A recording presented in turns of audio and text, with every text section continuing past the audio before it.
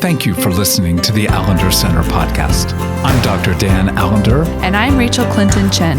We're fiercely committed to providing hope and healing to a fragmented world. And restoration for the heart.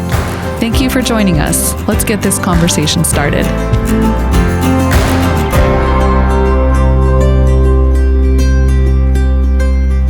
Well, we are toward the end of dealing with this topic of marriage. And one of the concerns that exists often in a couple-oriented world is that single people often feel very excluded, and rightfully so. And on the other hand, I've encountered a number of singles who would say they don't really have a lot to say about marriage because they're not married. And that has struck me always as a tremendous loss, not only for single people, but for married couples. There is so much wisdom in the two people that we're going to be interacting with today, people that have been, oh my goodness, so central to the beginning and the following, the entry and the exit of these podcasts. And so let me introduce Beau first. Beau was the curate partner for, Beau, how many years? I was going to say somewhere around 17 to 30. I think it was closer to 5 years, maybe 4 or 5 years. But you know, in our circles, a year is pretty much a dog year. So it's not far to say you've done about 35 years worth of work on our behalf. And Beau, as a content curator, would listen to each podcast, interact with it, often condense it in terms of trying to find language to help people know what we're trying to engage, and just did a phenomenal, gifted, remarkable job for us. So, Beau, it's so delightful to have you back. And I will introduce Ashley, who's in so many ways one of my bosses as the director of marketing and communication. She assesses well the category of where we're going, what we're doing, what content we're going to cover over the span of a year. So I just thought it is about time to make sure this woman experiences something of her own lovely medicine by joining us in this. So, Beau, Ashley, thank you so much for joining this conversation. Thank you, Dan. It's good to be here. Yeah, it's good to be here with you and Becky. Well, jump us in. The two things that I asked you to be thinking about is what have you learned about marriage as you have seen friends, family, frenemies, enemies, etc., engage this. Did you say frenemies? Frenemies. Never Friends. heard that before. Never heard that before? Well, I got it, but it's just new. Okay, well, I know you're just always ahead of the game. No, it's an old phrase, but nonetheless, I think there's a point of conflict here. Do you two want to step in?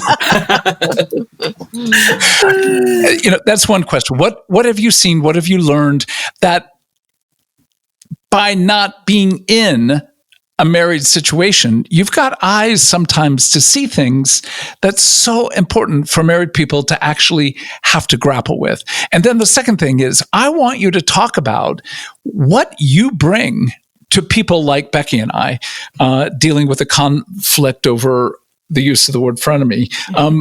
What things do you have done, wish to do to help people engage the growth and the movement of their own marriage?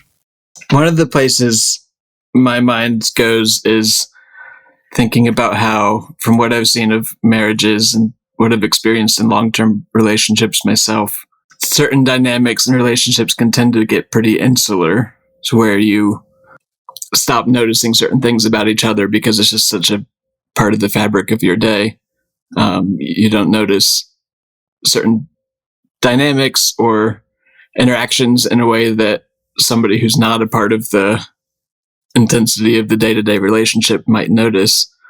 And so that's actually when I'm able to be a part of a friendship with a married couple, and when I'm able to see things that maybe they don't because they've been immersed in it for so long. It's actually, in some instances, has been a gift to be able to talk about what I see and what I'm noticing. That's where my mind went. Any examples come up? And again, not wishing for you to out a couple, but just to say the particulars. Like, what have you seen that you've been able to bring to someone? Yeah, an example that comes to mind is two of my best friends who are married and who I have spent a great deal of time with over the years. And there are instances where one of them says something that to me feels abrupt or harsh or a little bit unintentionally cruel. And because I'm the outsider in the relationship, maybe I notice it in a way that the other doesn't as easily. And so to then be able to say, well, that was a bit harsh. And for the other person to be like, oh yeah, I didn't realize it, but that did kind of hurt.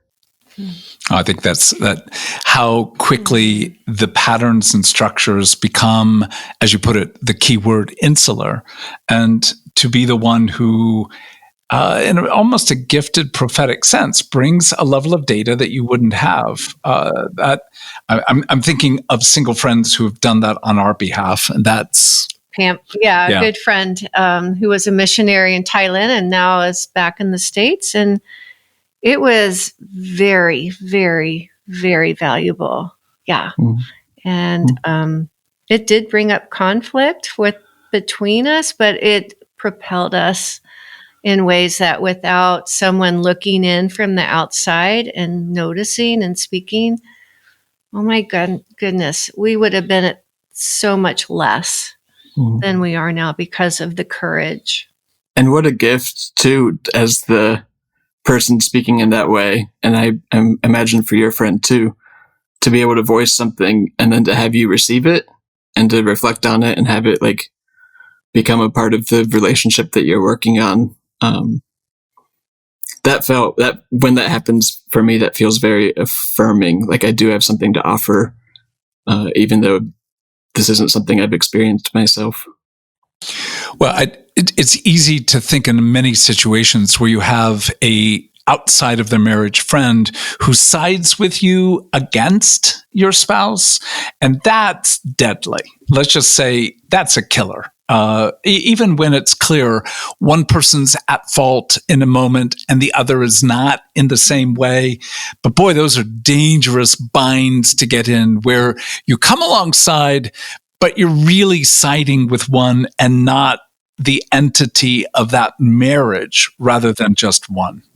I think that's something that can start in seemingly small ways and can pretty quickly pile up into something pretty toxic, where you're third wheel in a way that doesn't help the marriage move along at all. And that, for me, when it's in the case of a friend who I knew before they were married, who then gets married, that's an adjustment process for each of us. For me to realize that to be a friend to this person in the way that I want to be also means I'm a friend of this marriage. Yeah, I think about it. I'll take us in a little bit of a different direction. What have I learned from marriage? I would say, I grew up in a family that was, a lot of broken marriages, a lot of divorce, a lot of disconnection. And so I think at a young age, I had this very what the heck? What's wrong with you guys? Why can't you get it together? This is so easy, why can't you do this? And so as I've grown, I've learned that, and as I've interacted with friends, that marriage is complex. It's very difficult. I've grown, I think, in my ability to be compassionate about the difficulties that couples experience. And I think as far as my engagement, similar to what Beau's talking about, with this kind of calling out or confronting, but in a really loving way. And I would add to that maybe some curiosity, right? When there is a I wonder why this is the way this is, or why you react this way when he does that or she does this, or whatever. And to sort of infuse some of that, like when Beau was talking about that you can kind of get stuck or rote or like not see, with the day to day, like a fresh pair of eyes to sort of infuse some curiosity into the connection. And what have people's reaction been when that curiosity comes? Depends on the person. Oh my goodness. Yes, indeed. Oh my goodness. But you're so brave, both of you. You're so brave and you're wise. There's definitely a range of reactions. And I feel like I learned pretty quickly which relationships I feel like I have a space to offer something and which relationships I'm not going to attempt. Like sometimes there's a sense, whether it's self-imposed or imposed by somebody else, there's a sense that you don't understand. Like, yeah, you've never been married, so you don't have anything to offer here, which is some insecurity I struggle with myself when I think about speaking up, but it's also something that can be projected from the couple itself. And so I feel like I learn pretty quickly, like which marriages in my life, where the relationship between us is strong enough for there to be an openness on both sides, and which ones where I feel like I probably won't be heard if I speak up. Well, that bind is tragic in that there is no couple that cannot profit from having the eyes of a wise and kind. When I say the word observer, that sounds a little detached. But what I mean by that is someone's been a participant who's brought honor, goodness, delight, and to not, in one sense, have the benefit of the perspective you bring.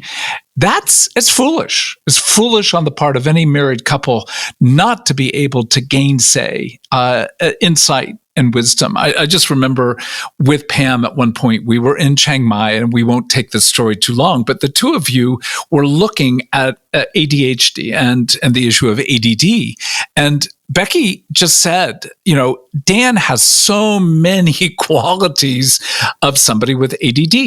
And it was like, no, I don't. I don't have that. And they started laughing. And Pam said, how well do you know the 7 or 8 major bifurcations of that category of ADD?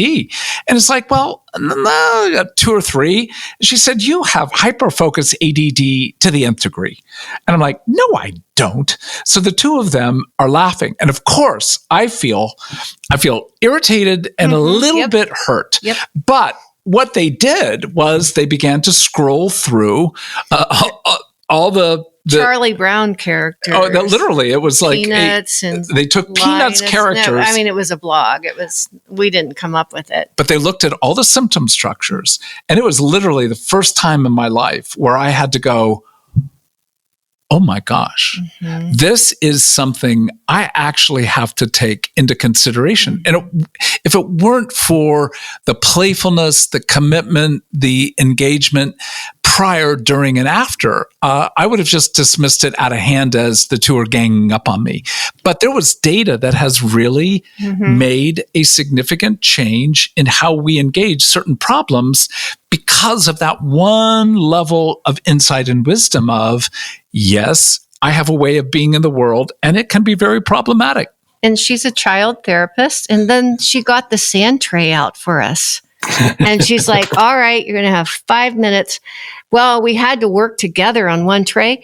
I'm telling you, I was going to think for 30 seconds. He's done. He took over the whole tray in 25 seconds. And she's like, what? And I'm like, Dan, this is what you do. You take over. So, yeah. But, yeah, I mean, it was just it was right for us to receive from her. But other times, I'm like, I'm not listening to that. So it's tricky, you guys. But when people have done this over our almost 45 years together, they're wise people who do that. And as you've named it, willing to take a pretty significant risk to engage that. And you can engage with them because you trust them and you know that they're for you. Yeah. I think that's a big part of it. When when there are people in your life who are against you or even naysayers of marriage or relationships, it can be hard to take in what they see. There has to be that trust built in order to receive an impact. Where has it taken you as a result of the engagement with the friends that you do trust and they trust you well enough? What's happened for them, but what's also happened between the three of you as a result of that engagement? Something that's a gift for me when it happens is that this can be a two-way street. Yeah. Where I can speak into what I see in a marriage, but also they can speak to what they're seeing in my life. And I feel like that going back to the insularity and the idea that we're separate categories of people now, that's something that we miss often, I think, in relationships between single people and married people, where like I want to be able to celebrate with my friends when things are going well or when they hit a milestone with their family, and I want to be able to be there for them when things are hard. And I want the same for me. Like I want them to celebrate with me and to be there for me and to speak truth into my life. Yeah, I think, not having a family of my own, it's such a blessing to celebrate those moments with my friends who have kids, or even the ones who don't, they're celebrating other things in their life. It's such a joy to be a part of their family in that way. It's a special feeling that I think that you I don't even know how to describe it. You just feel like this special person in their life, and it's just a joy. I mean, this summer, our son Andrew ended up donating a kidney on behalf of one of our dear single friends, Linda. And the process by which he came to that decision to do that, one of the things that he said to her and then to us is, well, she's family. Why? I mean, even the thought of I'm doing something good, but the bottom line is this is part of my family. She was there when you were traveling. She babysat. She's been at virtually every wedding, every celebration. So that sense of it, she's wed into our world, and in a way in which Linda's had feedback for every one of us, including at times being what we called eventually a parental interpreter, where she, especially during adolescence, not ours, our kids, spoke into their lives saying, look, they may be unreasonable, they are, but there's also other things they're dealing with that she had a voice that we didn't have. Needed to hear, right? Yeah. We needed that, again, wisdom that we couldn't see. I think about my two best friends live in New Hampshire and they have 2 kids, and I visit them for a week, at least 1 or 2 times a year. And getting to watch those kids grow up, and like Ashley, what you were saying about the joy of that relationship every time I go there, and the way they are so excited to see me. I'm their Uncle Beau, and that's been a gift in my life. My life would be much less rich without that kind of relationship. And I'd like to believe, and I know because they've told me, that I've been a gift in their marriage as well, and I've helped add something to their life. Well, I would love for both of you to at least think through and help address this question.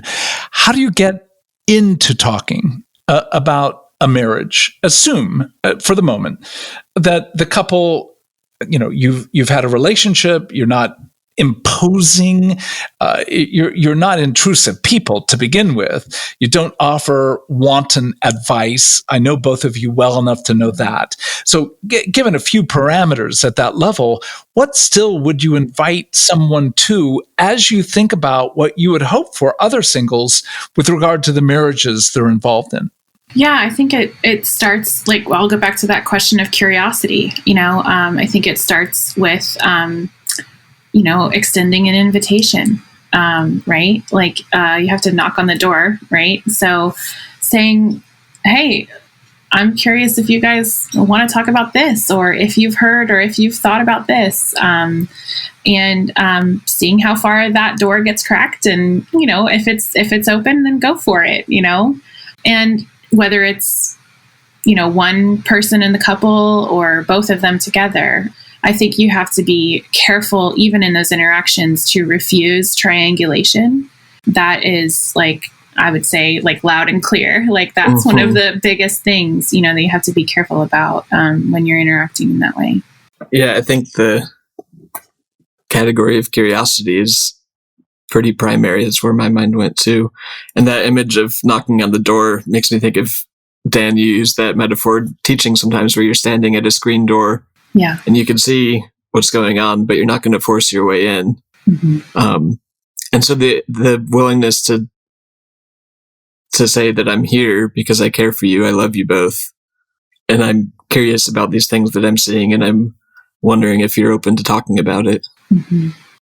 Well, the gift of your presence, and that's something that our audience can't even see, because obviously we're operating just with words in this regard, but both of your faces, from not just this conversation, but from many others, you have a heart for people that invites, and it is an offering that allows other people to have that sense that you'll stay with them, that you're loyal people. You don't quit on people or processes, just in terms of thinking about how many podcasts and the labor that you had to both put in to see things come. I mean, so often a podcast looks fairly elegant, but it's only because of the hard work before, during, and after that you two and others have put in.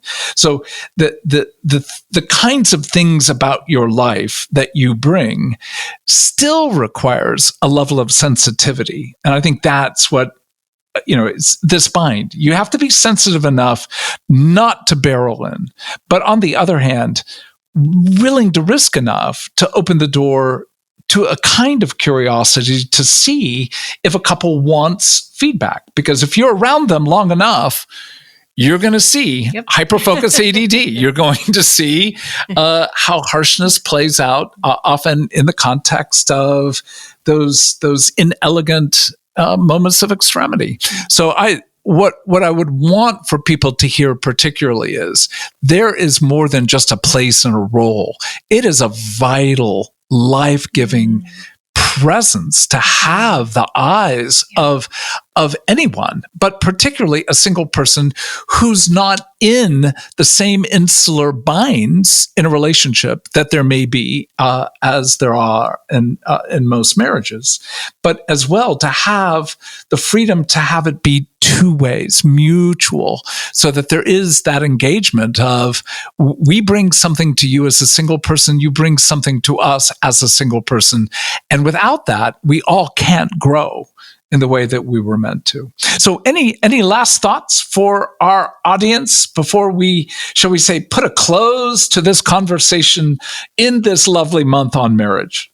I think what you're saying there, Dan, is kind of getting at the diversity of the kingdom of God, and I think that so much of my experience growing up, especially in the Christian tradition of faith, has elevated marriage to a position that is above any other, and I think that when that is the case, or when that is, what is in the water, so to speak, there is this sense that, Beau was speaking of, that insecurity of I'm not worthy, or I can't, enter into these places. And so I think when we value the diversity within the body, we actually are able to take those risks. And that's a huge, bonus to all of us. That adds to us all. That's really well said. And it's been a learning process for me as well, to trust that we all have something to offer and we all have something to learn from each other in all of our various stages of life and relationships. Well, I'm grateful that we've had the opportunity to be at least in enough of a ongoing relationship to gain the gifting of both of you. And all I can say is for those couples, for those friends who have the benefit of your presence, they are fortunate indeed in terms of the kingdom that you bring. So again, I'd say thank you. Thank you for past, present, and at least with regard to what I sense, Beau, your future holds. I don't think you'll be out of our orbit or our orbit with you for a lot longer as you go off for your MFA. Eventually, who knows what your labor will bring, but it is a good labor and a privilege to have been with you. Thank you. It's good to be with all of you. Yeah, thank you. We hope this episode has been helpful. And if you would like to engage your marriage in other ways than this podcast, we'd love to be an ally with you. And one of the ways we're doing so is inviting you to a marriage conference that Kathy Lurzell and I will be teaching on October 10th. It's to awaken your heart to the longings that existed in your relationship and are meant to grow through your relationship. And also, there's a marriage online course that launches October 13th. I'm just so proud of you and the team and all the work that went into this course. Will help you discover how your personal stories shape your marriage story and find hopeful pathways forward, meaning to become even more intimate and more loving and kinder to yourself and to your spouse, and therefore to your marriage. And finally, we've got date nights, which I don't know if we've ever had a date night, but we are part of a date night series where we're going to invite couples to an experience of reflection on their marriage in a more playful and engaging way, where you get to celebrate your relationship in greater gratitude and play. And look, all of these can be purchased separately, or you can bundle them together and get the conference for free. So go to the AllenderCenter.org/marriage to find out more about all three of these offerings. The Allender Center podcast is produced by the Seattle School of Theology and Psychology. If you'd like more information about the Allender Center, you can look at theallendercenter.org.